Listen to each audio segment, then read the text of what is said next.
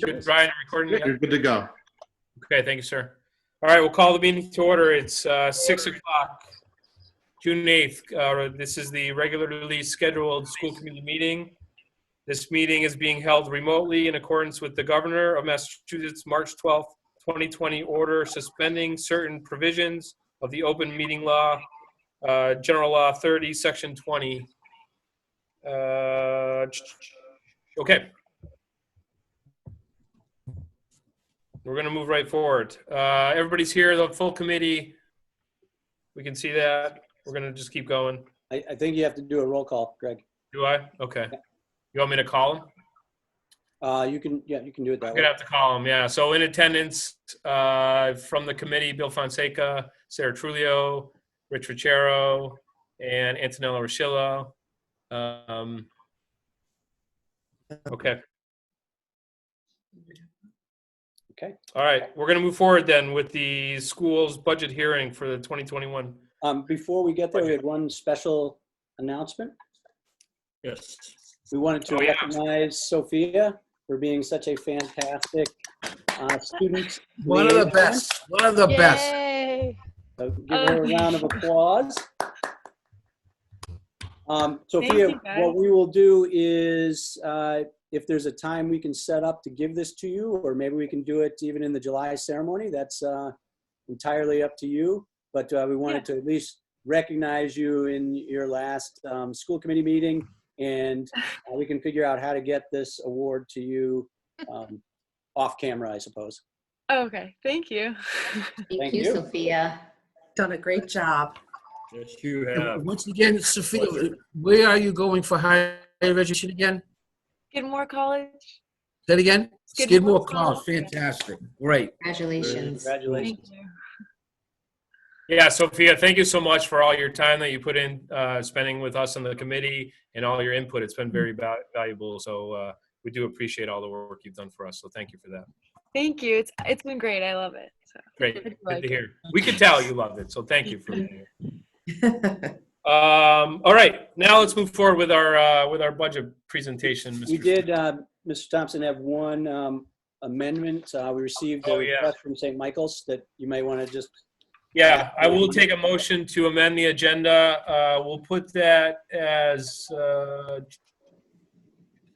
7.5. yes, please. Somebody want to make that motion, please? I make a motion to add the agenda item of 7.5 concerning St. Michael's. Is that correct? St. Michael's Correct. Request the use of our high school parking lot. So that motion has been made. Second. Seconded by Sarah. This came in after our agenda was set, but it is timely as they are looking to use it in the next few weeks. So that's why we're amending our agenda. So all in favor, please say aye. Aye. Aye. Opposed, nay. That carries 5-0. Thank you. So we will discuss that at 7.5. Okay. All right. Now, for the third time, All right. my fault, my bad. The 2021 budget presentation. Okay, so Mr. Quimby, I'm going to share my screen. It looks like I have the ability to do that. And let's see here. Okay, can everybody see that? Yes. Okay, so this is a little bit different than other budget hearing presentations because we know that we're working under incredibly unique and sometimes challenging circumstances with the COVID-19 pandemic, basically closing operations as we knew them back on at the end of the school day on March 13th.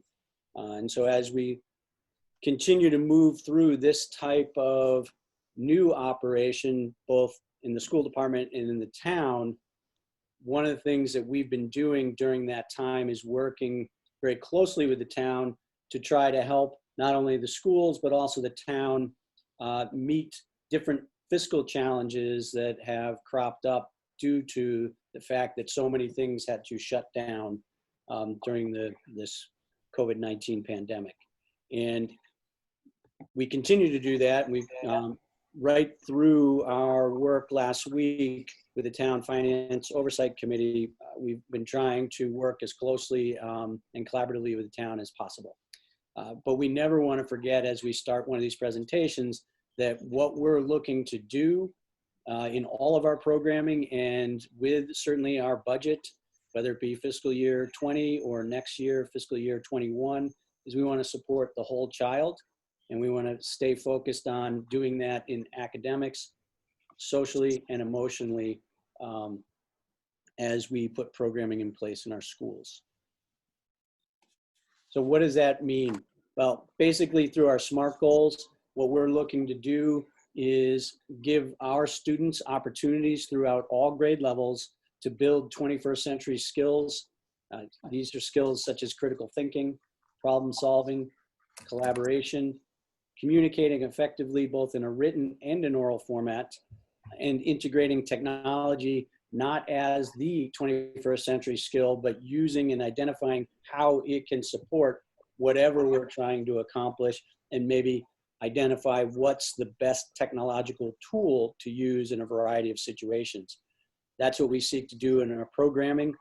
While we do that, we also seek to support our students in developing certain social and emotional competencies such as self-awareness, self-management, social awareness, that's a huge one right now in our country, relationship skills, another huge one in all of our lives, and responsible decision-making.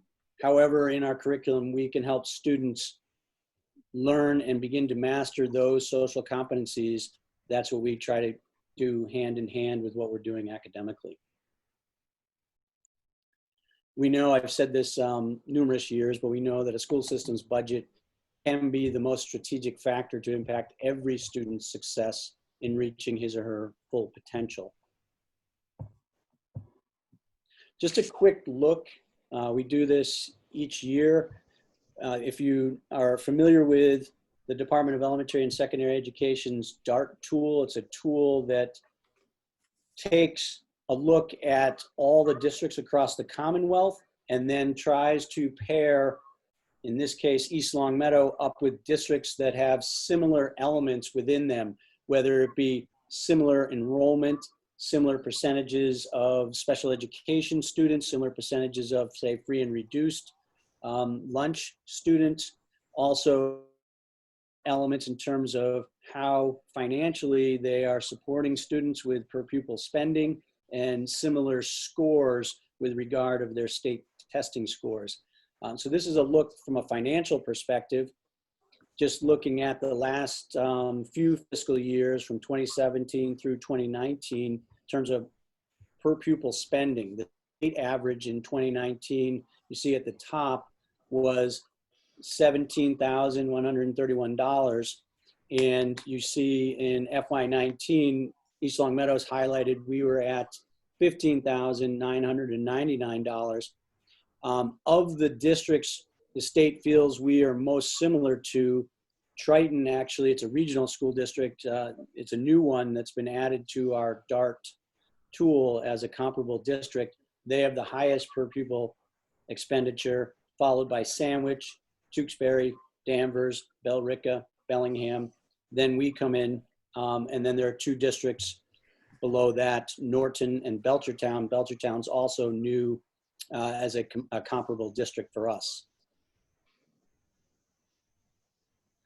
Give you an idea, as you know, the town of East Longmeadow has consistently invested and supported the East Longmeadow Public Schools.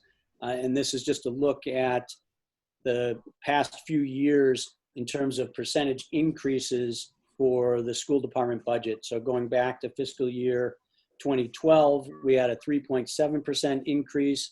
And we had a height of, in fiscal year 2014, a 4.1% increase. I think that was the highest increase that we've had since I've been superintendent. We started to dip a little bit in 2015. And then for a period of years, we sort of hovered right around that 2% mark. As you all know, when we originally started the budget development process and we were looking at what our level services and realistic costs were going to be, we had put in a budget request to the town manager and the town of about a 4.45% increase. And that was reflecting not only contractual obligations, but really was reflecting some new identified costs within special education that was significantly driving up the level services that we were projecting for FY21. Since that time, as we talked at the beginning of this presentation, we have dealt with closing our operations, or what were our regular operations, and are dealing with change in those operations because of the COVID-19 pandemic.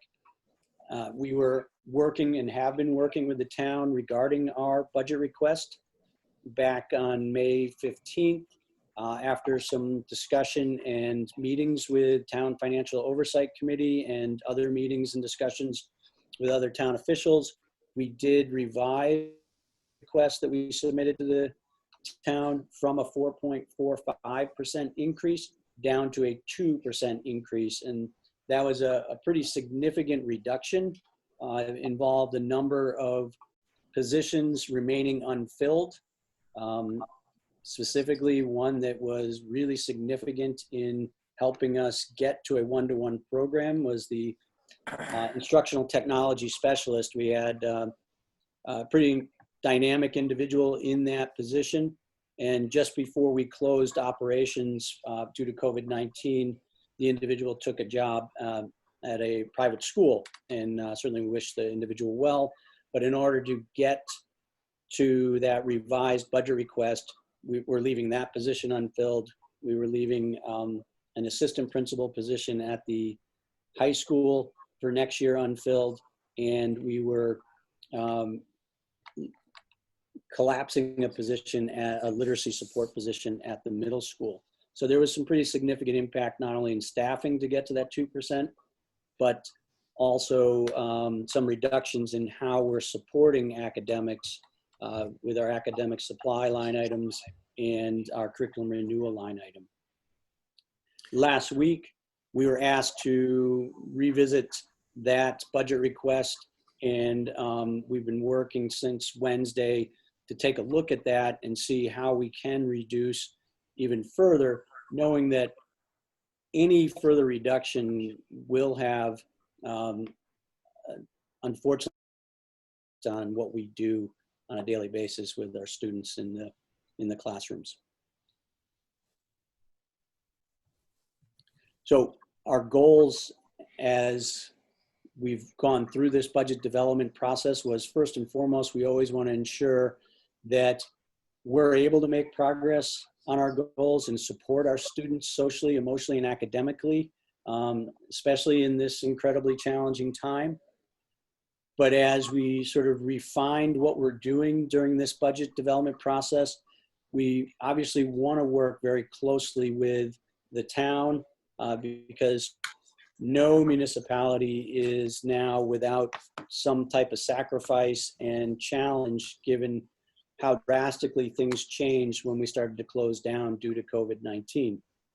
One of the things that we've been working on throughout this process is actually an FY20 situation. So as our spending changed from March 13th through today, we started to identify ways that we could return a certain amount of funds back to the town so that they have it for the possibility to either use in free cash or in the stabilization fund, which would make it available to them in fiscal year 21, the next fiscal year starting on July 1st. And we have right now identified over 200,000 that we can return at the end of this fiscal year to the town of East Longmeadow. We also have worked with the town in looking at when our eligibility period starts with the Mass School Building Authority around the high school project. It was originally set to start June 1st, which would have put us into discussions and funding some type of feasibility study somewhere in the January, February timeframe of 2021. However, after a few meetings with the town, We did start to work with the Mass School Building Authority and have worked with them to delay the start of our eligibility period from June 1st to October 1st, which will give us more time to sort of work through the challenges that we're seeing not only at the end of this fiscal year, but know that we will probably see as we start the next fiscal year.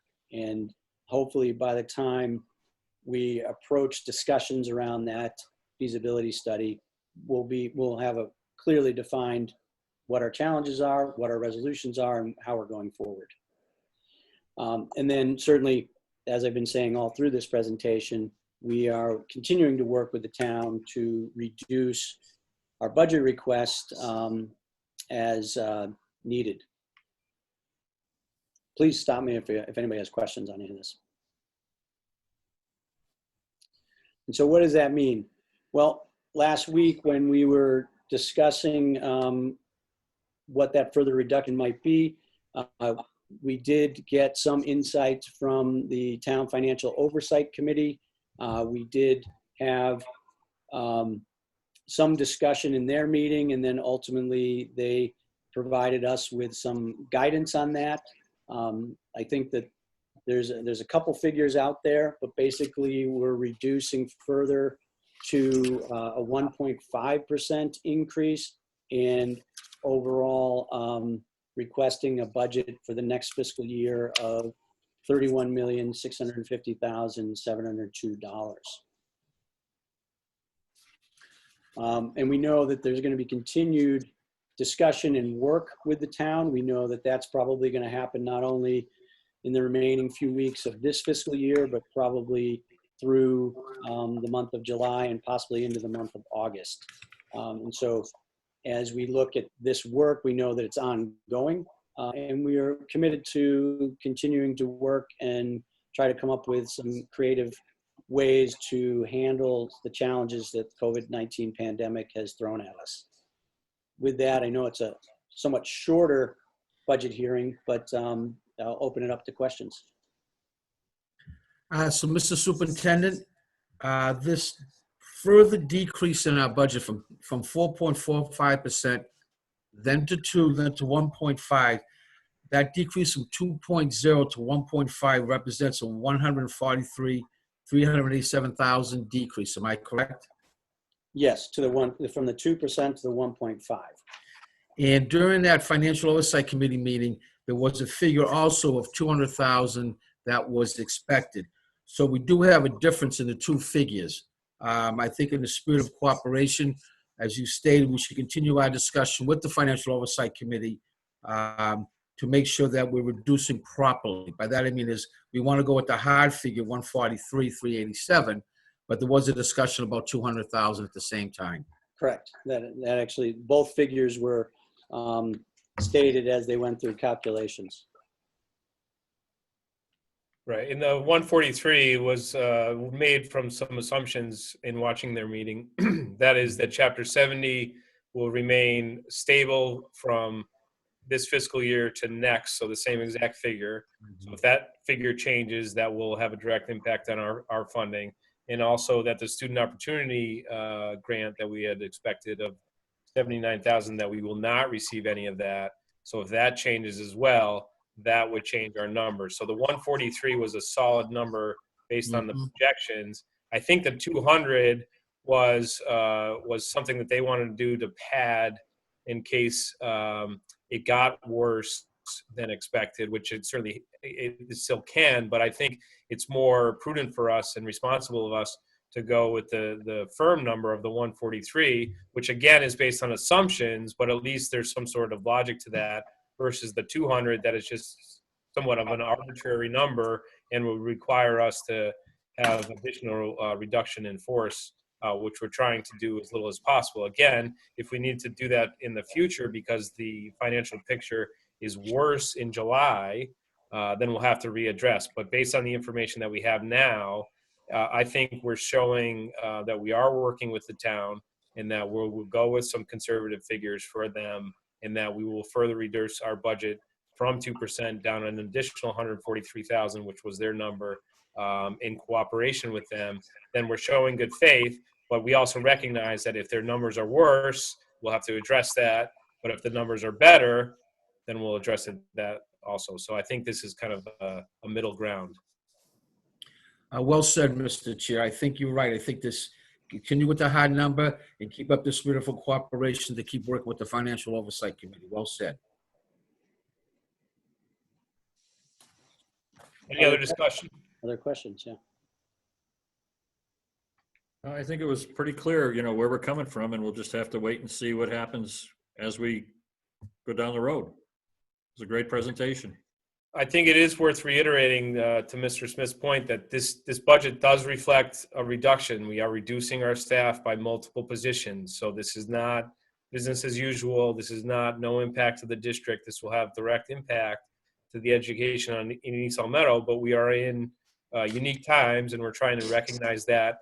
We're also trying to have as little impact on individual student learning as we can. So, as I said, we'll work on it as it continues. Hopefully the numbers get better, but this is the best of information that we have at this point. Very well put, Greg. I agree with you, and I'm going to try and remain as cautiously optimistic as possible that the things will get better and that we will not be in this position, because it's going to take us years to recover from these cuts. I've been on this committee for 16 years now, and I've never seen it this bad, but I understand all of the situations, and we're all in this together, and we will figure it out, but it's going to be painful. And Mr. Superintendent, if I'm correct, we're not only reducing staff, but we also lost all the new positions we really needed in this year's budget. Yes, we withdrew within the first rounds of discussions. We withdrew 2 new positions that we had put forth. One was a preschool position, and the other one was a math interventionist at the elementary level that we have had in our budget development discussions the last few years.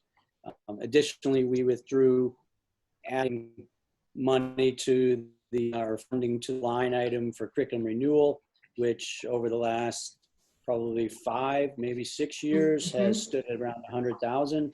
And we had hoped to increase that the last few years to 150,000. Now with reductions that we've been making, we've withdrawn the additional 50, but we've also cut that line item to get down to these levels from 100,000 to 80,000, along with cutting academic supply by an additional 30,000. So the funding that sort of supports academics is being cut by about 50,000 in these recent scenarios. Thank you. Right. I think that's just, oh, go ahead, Go ahead, Mr. Sarah. Simpson. Go I ahead, was Sarah. just gonna say, I think that when you factor in that we have educators and families and students entering into an educational landscape, when we get back into academic year 2020, 2021, that is completely unknown, that this is a very painful and distressing decision to be put upon communities and school committees, because we're asking folks to do more with less at a time when no one knows what is to come. So I think the committee has been very prudent in terms of trying to minimize the impacts on students, but as the pressure continues to build to be able to meet the demands of the current financial situation, we've hit this roadblock, and we've had to start to make some tough decisions. I agree, because decisions lately. I agree, because I think the average family is really hoping that when they return to school, it's going to be school as it always was. Yeah, And we're going to be hard put to do that with these cuts. absolutely. Do we need a motion to accept this, Mr. Chair? We will need a motion to accept that bottom line number. Yes, please.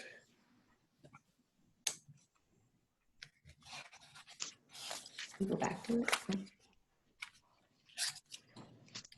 I make a motion that we approve the budget line item of $31,594,089 for the FY 2021 budget.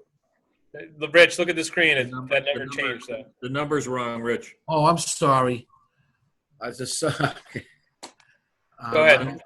Do it again. I make a motion to approve the budget request for FY 2021 to be $31,650,702. Perfect. 31 million, Okay, geez. not 31,000. That's I what he meant. apologize. Try it again? You got it. We got you. 31,650,702. That's what you said. Kind of. Thank you. Okay, motion's been made. I'll second the motion. Seconded by Bill. Further discussion? Hearing none, all those in favor, please say aye. Aye. Aye. Those opposed, nay. That carries 5-0. Okay, thank you so much on that discussion. Okay. Thank you. Okay, moving forward. We have the East Long Meadow High School graduation celebration, 7.1. Okay, so as you probably heard and been in some of the discussions, we've been trying to plan for some type of graduation celebration activity for really well over a month. And we received guidelines from the Mass Department of Public Health, as well as guidelines in conjunction with the Department of Elementary and Secondary Education. Those guidelines came in late May. Actually, I believe it was the Thursday evening prior to the Memorial Day weekend. In doing so, when we received those guidelines, that drastically altered some of our planning, given that there was very little that we could do within the guidelines in the month of June. And so we had a few different proposals, as well as we had a proposal for the possibility of doing something after the July 19th, which was the date in the guidelines that they gave as to when we might be able to do something that was more traditional, as long as it was held outside.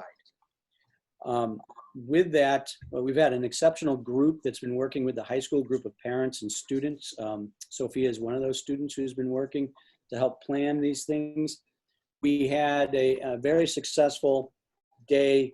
There was a cap and gown day about a couple weeks ago now, where we had set up a car route, if you will, sort of a car parade, and students and their families could come through, and our staff had decorated their cars and were in parking spots with spaces in between to keep the social distancing. But it was a festive event. I think it was a successful event, and we used that as a possible scenario that we could create for a graduation celebration in June. Probably correctly so. We had the students certainly make their voice heard, and Mr. Page received, as did Mr. Wright, I think upwards of 50 or more emails indicating that they really would like to see something planned for that after July 19th date. So what you have in your informational packet is really a combination of both ideas. Mr. Page, I think correctly, took a step back and started to, or put together a very short but quick and clear survey. And you have some of the results, although not all the results were in when the packets were put together. We had about 73% of the class, 119 students, prefer that we plan something after the July 19th date that were given in the guidelines, some type of more traditional ceremony. Granted, there will be a number of new safety protocols that we have to put in place, but we're starting to put that together. We won't exactly know what that's going to look like until we actually get past the date and see what protocols are still in place in terms of setting up all the safety and sort of security of the event. What we also know is that we do have about 27% of our students, right now about 44 students, who would be interested in getting their diploma earlier in June and would opt for that of car graduation parade, if you will. And we're looking to put something together this coming weekend for those students. So Mr. Page is working on that, and Mr. Page and Mr. Wright And we will be hopefully putting that together for Saturday. We'll have final numbers probably tomorrow morning. And students are choosing which celebration they'd like to attend. Sophia, I don't know if there's anything you'd like to add. Yeah. So first of all, I just want, well, I think I've already said this to Mr. Page and everyone on the committee, but I feel like I just want to put it out there, like, thanks to everyone that was on that committee, because we did a lot of discussion, we did a lot of work, and like something that people that aren't in the committee might not realize is like how many things are placed in the way with all these regulations, like for good reason, because of what the coronavirus, but that's something that you might forget if you're outside of the committee. But I also think that, and our student body, they never fail to use their voices and say what they want. So that didn't really surprise me at all. And I don't think that's necessarily a bad thing. I think it's a positive. I don't think it is, but and that's why I'm so thankful for Mr. Page, because now we have both options, and it's important to have both options, because some people may be leaving earlier that we don't know of, or they might be going places later on in the summer and things like that. And also some people might just be uncomfortable right now doing a ceremony with that many people there.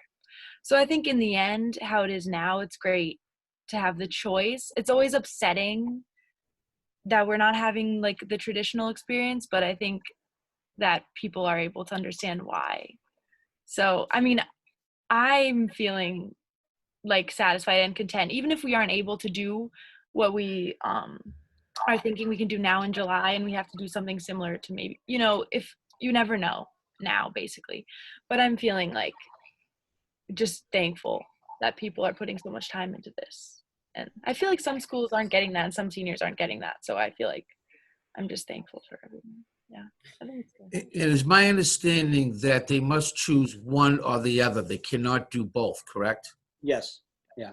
In order for planning purposes, we're looking to try to have them make a decision with all the information outlined as well as we can outline it at this point, and then plan for what Saturday will look like and what, in this case, I think July 31st will look like. Yeah. So Yeah, regardless of what the guidelines are for the 31st, there still will be something Correct. for those kids. Yeah, there will be two events, and they one or the other. Mm-hmm. Can you keep the school committee informed as far as the details of June 13th, Gordon? Yes, I will. I was going to say the same thing, and let us know if there's ways that we can support either of those events. Absolutely. And Sophia, thank you for being so articulate on all of that. Thank you for Thank you, taking Sophia. part. Always, Sophia. Planning. We're probably looking for some approval here, Gordon, on this, on at Yes, least that would just be a nice final endorsement, given June how much 13th. work everybody's put in. right. So we'll entertain an approval for the East Long Meadow High School drive-through graduation structure on June 13th. So moved. Go ahead, Rich. Motion So made by moved. Rich. Yep. Motion made. I'll second. Second by Bill. Discussion. All those in favor, please say aye. Aye. Those opposed, nay. That carries 5-0. Okay. Yes, and thank you to that committee for all their work on that, and hopefully we have some nice weather for both events too. That would be helpful. Yeah. Okay. We have a request from the East Long Meadow Rotary Club. Okay, so switching to another celebration of sorts, the Rotary Club is looking to create an event for the July 4th, where people decorate and celebrate America with their vehicle. However, they're not going to take it into the streets per se of East Long Meadow and have a parade of vehicles. What they're looking to do is utilize over the course of about a week or more the high school parking lot, where anybody interested would sign up for a time slot and show off their decorated vehicle. I think they would drive the sort of the length of the parking lot, if I'm understanding this correctly, and we'll be filming each of those appointments and then ultimately putting together a video of this. Hopefully they get a lot of interested individuals so that we have a variety of decorated vehicles, and it becomes of sorts a virtual parade, since unfortunately we're losing our July 4th parade this year. I'm concerned there's no time at all. They're just saying they wanted carte blanche the 20th through June 30th. I mean, So- we don't know what that means, do we? No, we don't have a great deal of detail on that, but as far as I understood it, I think they're looking to basically look at the workday, if you will, and although you have a few weekend days in there, where they would just have appointment time slots for people to sign up. And then obviously LCAT needs to be available, and I think one of the Rotarians would be available to meet with the individual, and they would film that and then build this video of the whole parade. But I can certainly, if you want us to define it further, say, like a 9 to 4, we can say that, or whatever hours you feel would be appropriate. The only thing it says is to be mutually arranged by LCAT and planners. I mean, I think they're just, my understanding was that they were just going to look and see what people were available and then craft the times around that. And the difficulty is our next school committee meeting is until the 22nd, which is already Into into their the window. 20th. They may not need all 10 days. I Right. think that was just they also were unsure at the time when they put this in, when we might be having some type of graduation celebration. If we were to approve it, could we ask for an update to come forward at our next school committee meeting, just so we have more specific parameters as to how and during what times it is being used? Absolutely. Yeah. That That's makes a fair sense. request. Okay, does somebody have a motion then? Okay, I make a motion to request, motion to approve the request from the EL Rotary Club to show your pride, decorate your ride using our parking lot, high school, from June 20th to June 30th. Motion made, I'll second. second by Bill. Just worth noting that the Department of Health, the Fire Department, and the Police Department, and Town Manager, and LCAT Director were all involved in the discussion. So they've all apparently cleared this as well. So any further discussion? Hearing none, all those in favor, please say aye. Those opposed, nay. That carries 5-0. Okay. We have a new, we have a job description for review. So we have 2 job descriptions, one of which I'll outline, and the other Mrs. Blair will outline for all of you. The first one in your informational packet is the ELPS Transportation Coordinator. Does everybody have that? Okay. And basically, this is the position that at one time, when we had a fleet of buses and employed drivers, was the transportation manager.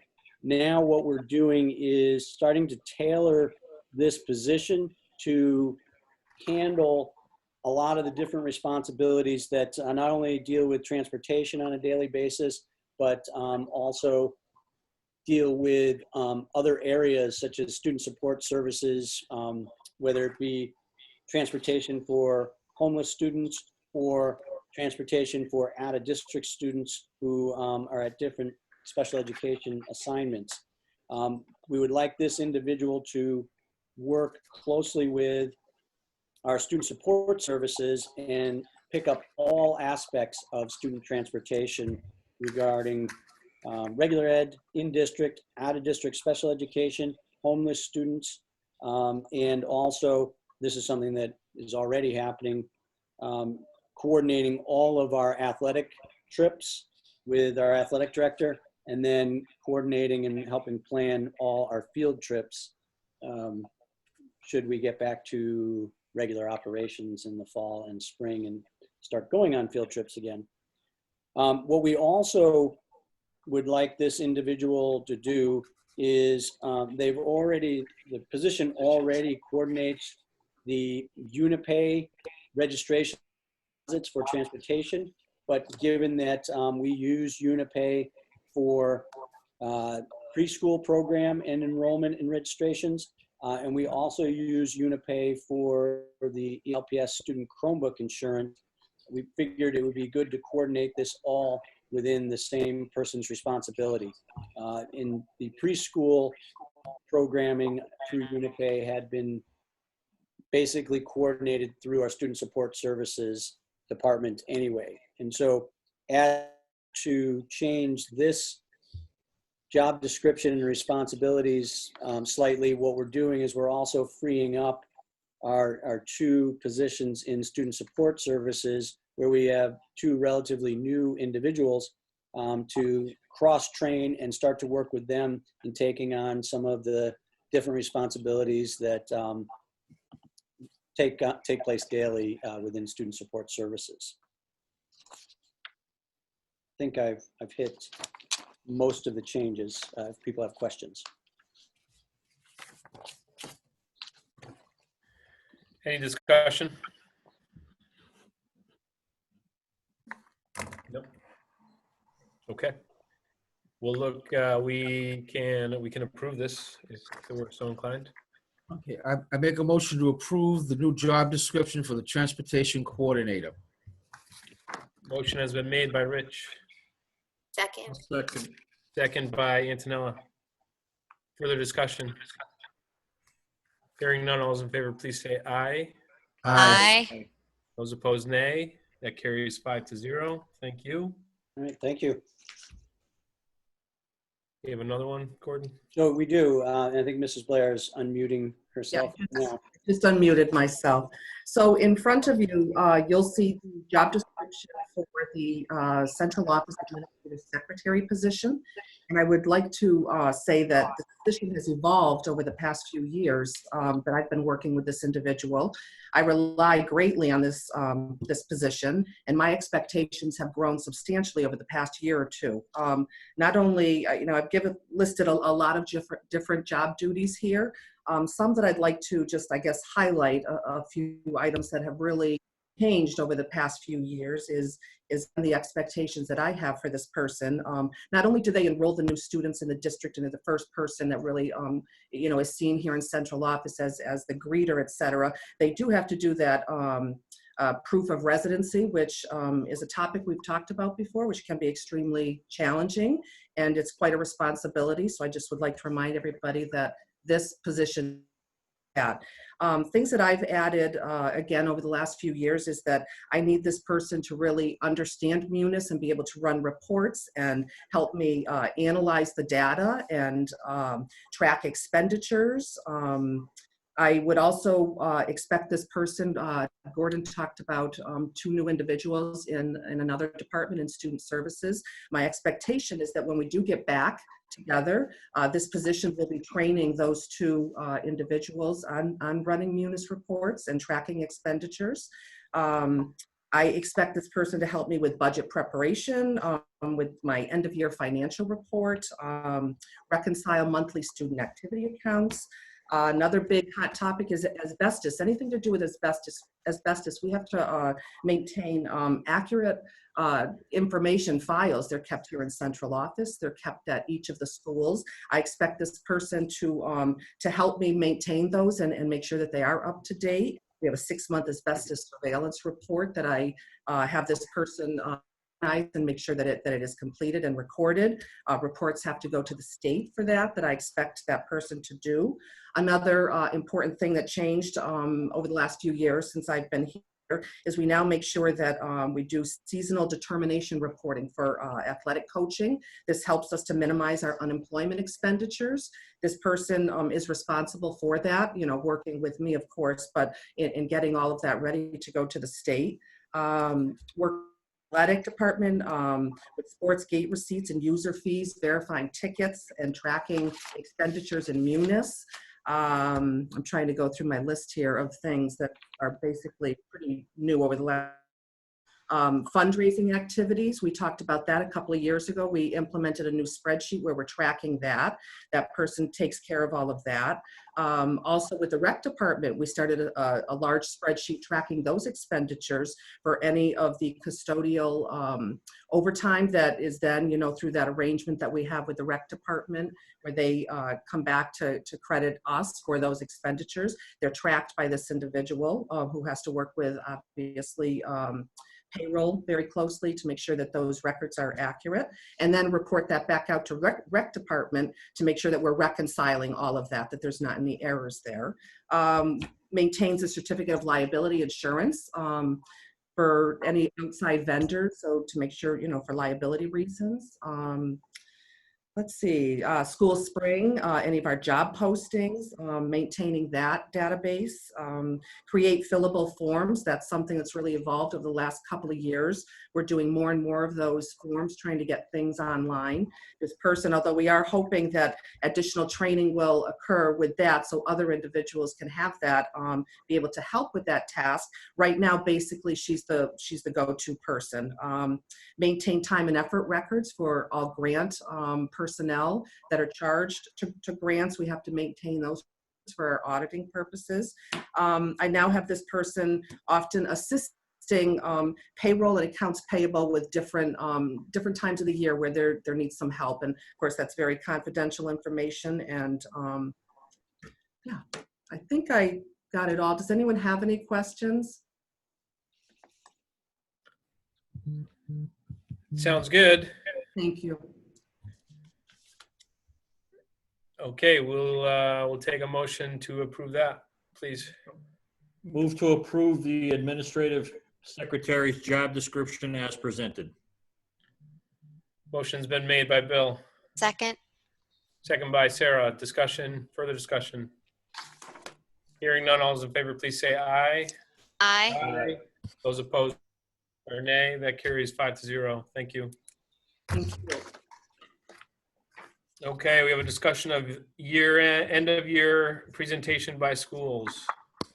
So normally our last school committee meeting would be a presentation. We have the entire leadership team present and presenting not only some of the great things that are going on in each of our schools, but also starting to look at how we've made progress on each of our SMART goals. Obviously, our world drastically changed back on March 13th with the closure of regular operations. And so what we would like to do is allow each school to have about 5 minutes just to bring you up to date with some of the really great things that are going on despite being in a remote learning situation, and also just recap where they were back at, say, the mid-cycle presentation, because more or less what we've done and plan to do with our staff is we've sort of frozen our goals, our individual goals and our school goals, and we want to continue those if we can get back to somewhat regular operations. We know that there will be changes to those operations and there might be extensive changes, but we don't want to lose sight of our original goals of where we wanted to go and take our programming in support of our students. But knowing that we're in a unique time right now, we're hoping with your support that would be a way we could present some of the great things that still took place this year despite many different challenges. With that said, I do have one request. I'm not sure, this can be taken as 2 different things. One, how we present, and then the second one is we have 2 wedding anniversaries for our leadership team members on, I believe, June 22nd. So if it can be given some consideration either to have 3 of the schools go on the 22nd and maybe have a shorter meeting on the 29th, or maybe push it all to the 29th, but that certainly is the school committee's prerogative. Any discussion? You're muted, Rich. You're muted, Rich.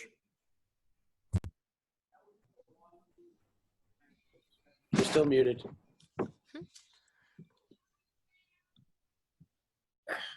There you go. There you I go. know we'll make for a longer meeting on the 29th. Would that be helpful that would maybe have more information on the state, the commissioner about next year? So a later meeting might give us more of an idea of what's going to happen for the 2021 school year. I'm just guessing, that's all. Yeah, no, it's a great point.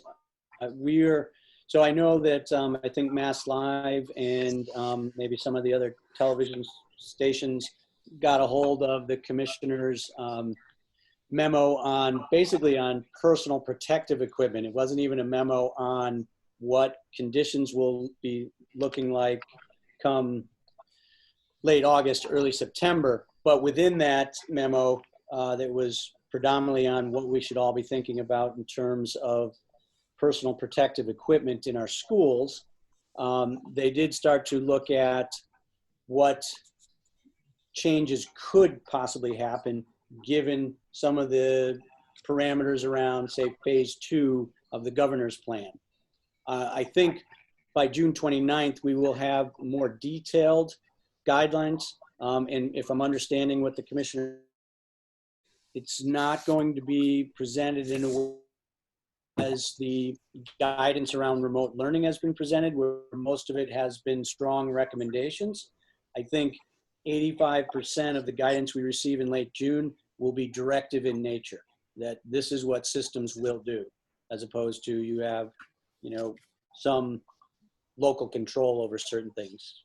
15% of those guidelines, I guess, will provide local control. So to your point, yes, we should have more information at that date.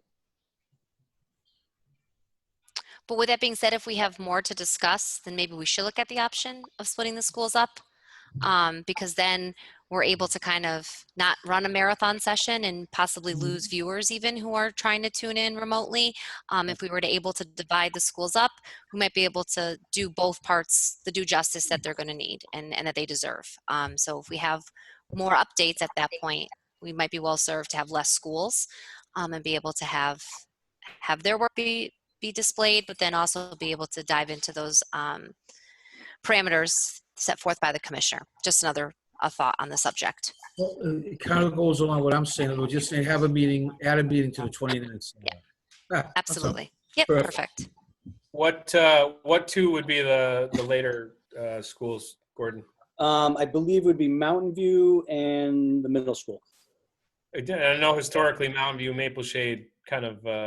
I think this year they're going to present individually because, Okay, perfect. yeah, so if it's my understanding, but we're going to have a leadership team meeting this week around a number of things, but we were hoping once we have this school committee meeting, we can give them more direction. And Okay. so, Is that all right, everybody, that we split them 3 and 2? Everybody's good with that? Yeah. Like the Fine. idea. Okay, we're good. Can I ask one question though? Sure. If possible, can we also have, whether it's Heather or the individual schools, show us some usage data as well for the different types of Absolutely. online platforms, whether it's iReady or Alexia or ST Math? Those are programs that we are for, and if we are seeing a pattern in strong usage and participation rates, that might help us as we continue with our budget discussions as well. absolutely. We'll probably have some kind of lead in as a district. Mrs. Brown and I will put that together, and then we'll go into the school presentations. Especially since we'll have a vacuum for data, that would be some good data for the general public to see in terms of participation rates, and Sure. Absolutely. even the passing of lessons would be terrific. Okay. Okay. And we have our final order of business tonight, our add-on from St. Michael's. So this was a singleton that I put into the shared file. Was everybody able to see that or find it in the shared file? It's just a letter from St. Michael's Parish that we received on Friday. I can read it if that's easiest. Yep. Go ahead, Okay. sure. So it's regarding St. Michael's Parish and the use of the parking lot at East Longmeadow High School. It says, "Dear Mr. Smith, we hope that this letter finds you safe and well. Due to the pandemic and our limited capacity for weekend masses at St. Michael's Parish, we are kindly requesting the use of the high school parking lot for any of our parishioners who would like to hear our Mass broadcast FM transmitter. Some of our parishioners are not comfortable being inside the church, but want to connect via radio. We will be distributing Holy Communion at the end of the Mass as individuals who are inside exit the church, and with the dismissal procedure, plus any parishioners listening to the Mass from car, it would make the process much more efficient if we could have parishioners park in your parking lot until the restrictions are lifted. Cars would be cleared out by 5:30 p.m. on Saturday evenings, and cars parked between 7:30 and 1 p.m. on Sunday mornings for our 3 Masses. We would request that the parishioners park in one specific area if we are granted permission to park at East Longmeadow High School. Please let us know if this would be possible, as your consideration and cooperation are greatly appreciated as we face this challenge. We continue to keep the East Longmeadow Public School community in our thoughts and prayers as we all prepare to embrace the summer and fall in moving forward. Sincerely in Christ, Reverend Wayne C. Burnett and Mrs. Beth M. Chase. I see absolutely no problem with this at all. When does this, what weekend does this start? The 20th and 21st, is it? I mean, the earliest it could start would be this coming weekend. They're not starting this weekend. Next week, the 20th, you're right, Rich, the Yeah, so 21st. we could do it next weekend. Okay, then I would just, I think it's a great idea, but you've got to tell the Rotary that those 2 weekends are off their thing. Yep. Or at least those times. Yeah, those times, yeah. Okay. Just in full disclosure, I am a parishioner at St. Michael's, and they've asked me to be an usher at these events, so I will be there, but I'll also be voting on this. There's no monetary incentive to that. But I also wanted to point out that as a community, we scratch their back, they scratch our back, or however that goes. If you remember, when we had to evacuate the high school for our fire alarm, we moved every single high school student into St. Michael's Church for cover under that rainstorm. So they're a good neighbor, and I'm personally happy to help them out in this situation.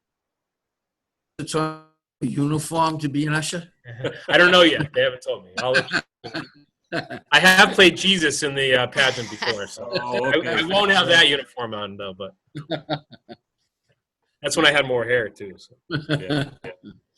Okay, further discussion on this. I would say if that extends into July, we would also have to consider the weekend for the high school graduation event, Yeah, just to make sure that everyone has those dates as potential I sticking would points. agree. Yep. Okay, thank you all. Any other discussion? I'll entertain a motion then, please. Take a motion to approve St. Michael's use of the high school parking lot on Saturday and Sunday, beginning June 20th and 21st, through as long as they need it. Yeah, well, maybe, Rich, though, should we put an end date and then they can come back to us, maybe 6 months or something? I just don't want to put it out there in perpetuity. How I would about say about the end of December. the start of school in September? Through the That's start of- fair. Go Labor Day. First. Okay. Yeah. Kathy, you have that? She said she didn't hear it. You want to do it again, Rich? I make a motion to approve St. Michael's request to use the parking lot beginning June 20th and 21st, each weekend through the school 2020, 21, and whatever that date is.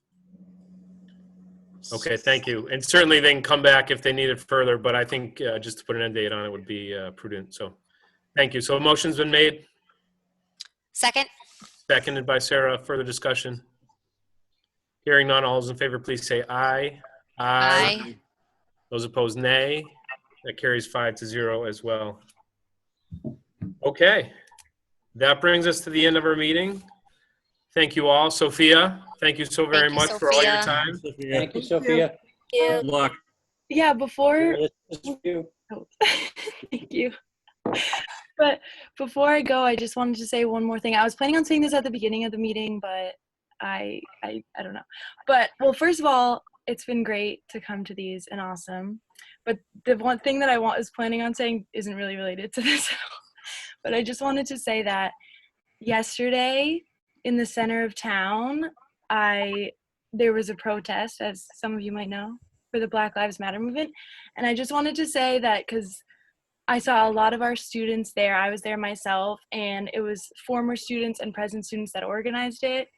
And I just want to say that I'm really proud of, you know, our community as a whole and our students coming together and protesting, and it was successful and it went really well. And yeah, so I just wanted to say that. I was planning on saying it at the beginning, but I kind of didn't. I think I didn't give you an opportunity. Well, That's so- Oh. yeah. Very, Thank very you well for that, said. Sophia. Well Yeah, said. thank you for pointing it out. Yes, yes. So- And we know you're up for good things in this world, Sophia. You certainly have demonstrated your intelligence and your certainly valuable opinion. So good luck in the future, and thanks again for Thank all your you. time. Okay. Yeah, thank you guys. Thanks, Sophia. You're Okay, with that, I will entertain a motion to adjourn. So moved. Motion's been made by Bill, I'll second. second by Rich. Further discussion? Hearing none, all those in favor, please say aye. Aye. Those opposed, nay. That carries 5-0. Thank you and good evening.